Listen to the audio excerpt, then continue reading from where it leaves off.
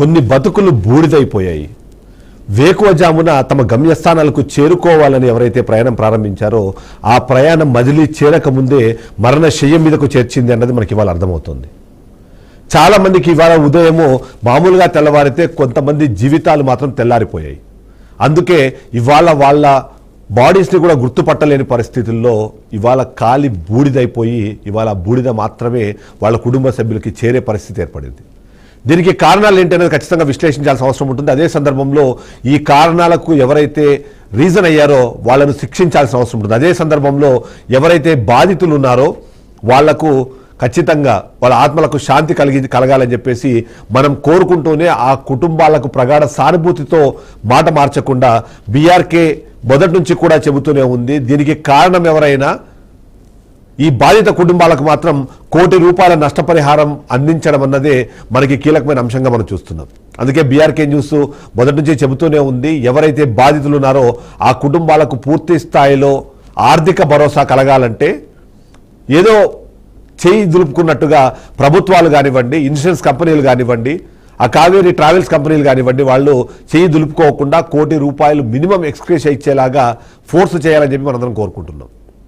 ఇదే సందర్భంలో మనం చూస్తున్నాం ఇక్కడ తప్పు ఎవరిది అన్న విషయానితో పాటు ఆ తప్పు ఎవరిది అన్న దాంతో పాటు అక్కడ మనం మాట్లాడాల్సింది నిజంగానే ఈ బస్సులు ఎంత మాత్రం సురక్షితం అన్నది కూడా డిస్కస్ చేయాల్సిన అవసరం ఉంటుంది. ముఖ్యంగా మనం చూస్తున్నాము ప్రైవేట్ ట్రావెల్స్ బస్సులు చాలా వరకు టైం బౌండ్గా నడుస్తూ ఉంటాయి. ఉదయం బయలుదేరి సాయంత్రంలోగా వెళ్ళే బస్సులు కొన్నుంటే సాయంత్రము లేదా అర్ధరాత్రి బయలుదేరి తెల్లవారుజామున లోపల 100 కిలోమీటర్లు ప్రయాణించే ప్రయత్నంలో భాగంగా 150 నుంచి 160, 180 కిలోమీటర్ల స్పీడ్లో ఈ బస్సులు నడిపే వాళ్ళు చాలామందిని చూస్తున్నాం. హైదరాబాద్ నుంచి బెంగళూరుని మనం ఒకవేళ గమనిస్తే దాదాపుగా 600 కిలోమీటర్ల డిస్టెన్స్ని 650 కిలోమీటర్ల డిస్టెన్స్ని వాళ్ళు కేవలం 6 నుంచి 8 గంటల వ్యవధిలోనే అక్కడ అందుకునే ప్రయత్నం చేస్తుంటారు. మధ్యలో ఉన్న టోల్ గేట్లు అక్కడక్కడ దొరికే ట్రాఫిక్ను దాటుకొని మధ్యలో వచ్చే ఊర్లను కూడా పట్టించుకోకుండా వందలాది కిలోమీటర్ల దూరాన్ని గంటల వ్యవధిలో అందుకునే క్రమంలో వాళ్ళు 150, 160 కిలోమీటర్ల స్పీడ్లో కూడా ఆ వాహనాలు నడుపుతుంటారు. అప్పుడు జరిగే చిన్న తప్పులు, చిన్న ఏమరపాటు, అనుకోకుండా ఎదురయ్యే చిన్న ఘటనలు ఇవాళ ఇంతమంది ప్రాణాలు పోవడానికి కారణంగా మారిన పరిస్థితి కనిపిస్తుంది. ఈ సందర్భంలో మనం మాట్లాడుకోవాల్సింది ఒక బ్రేకింగ్ ఇప్పుడు నేను మీకు చూపిస్తాను. ఆ బ్రేకింగ్లో మీకు కొన్ని విస్తుపోయే వాస్తవాలను కనిపిస్తాయి. ఆ వాస్తవాలు ఏంటంటే ఏదైతే వెహికల్ గురించి మనం మాట్లాడుతున్నామో ఇంత పెద్ద ఇష్యూకి కారణమైన ఆ వెహికల్కి సంబంధించి మనం ఖచ్చితంగా మాట్లాడుకోవాల్సిన అవసరం ఉంటుంది.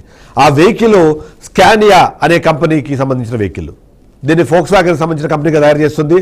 దీన్ని Scania commercial vehicles India private limited అనే కంపెనీ ద్వారా వీళ్ళు ఇప్పుడు భారతదేశంలో అమ్ముతున్నారు.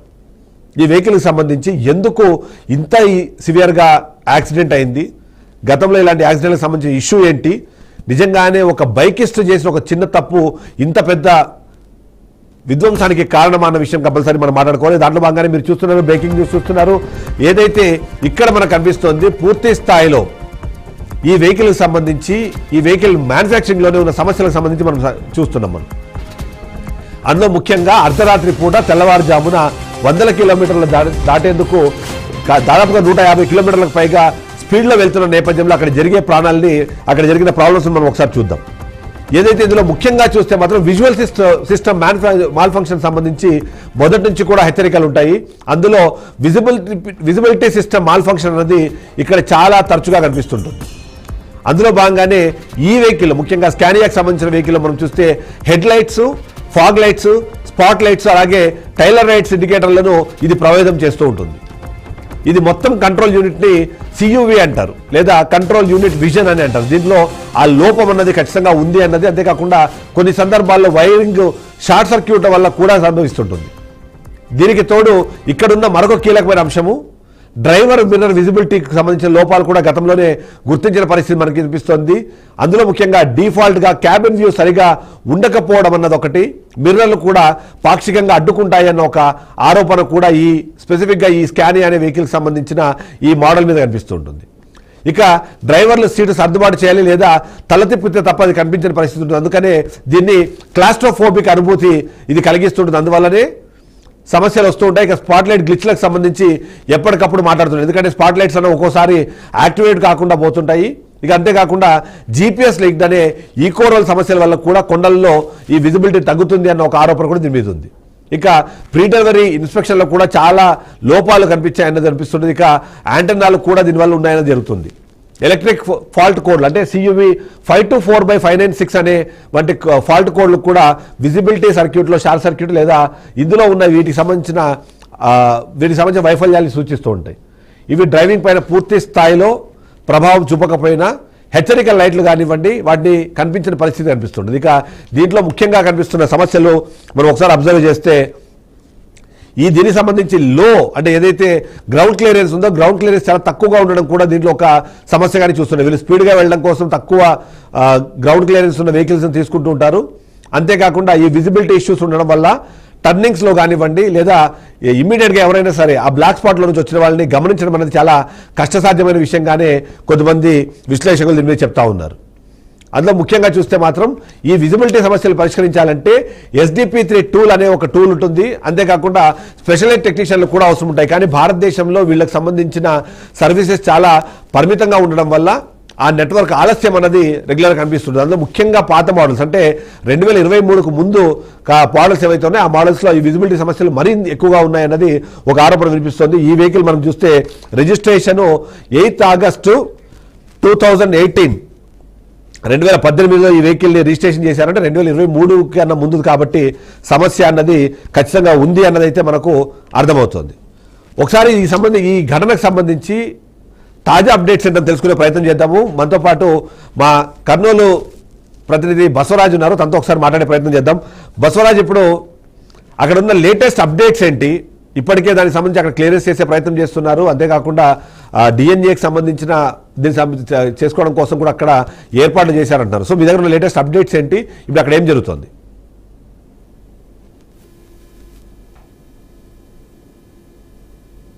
రాత్రి 3 గంటల సమయంలో జరిగిన ఘోర రోడ్డు ప్రమాదంలో సుమారు 19 మంది మృతదేహాలను ఏదైతే ముద్దగా కాలి బూడిదైన మృతదేహాలని బయటికి తీసడం జరిగింది.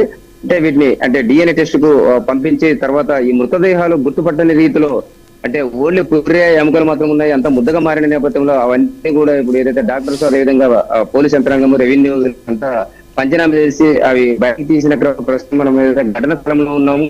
ఇక్కడ ప్రస్తుతం మనం గమనిస్తామైతే ఈ బస్సు ఈ బస్సు ఫిట్నెస్ పైన కూడా చాలా అనుమానాలు వస్తా ఉన్నాయి. మరి ఇది ఏదైతే ముందు పోతున్న ఒక బైక్ ను ఫాస్ట్ గా వచ్చిన వెనక నుండి వస్తున్న ఈ బస్సు ఢీకొనడంతో అదేవిధంగా బైక్ పైన ఉన్న వ్యక్తి ఎగిరి పక్కన పడ్డాడు. బట్ అప్పుడే ఆపింటే ఈ ప్రమాదం జరిగేది కాదని స్థానికులు బట్టి ఇప్పుడు కొంత దర్యాప్తు లేదా విచారిస్తున్న నేపథ్యంలో కొంత బయటపడుతున్న విషయాలు మనకు తెలుస్తా ఉన్నాయి.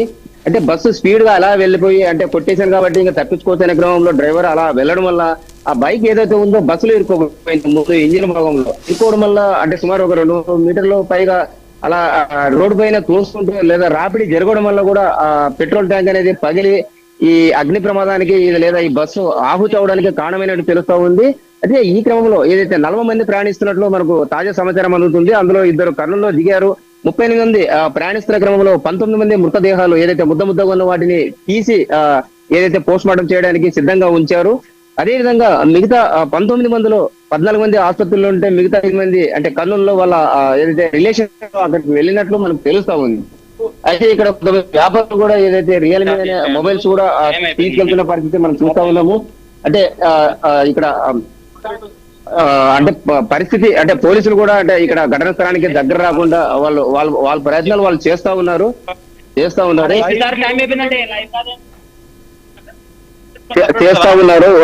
ఓకే ఇక్కడ ఫోర్స్ కూడా లైవ్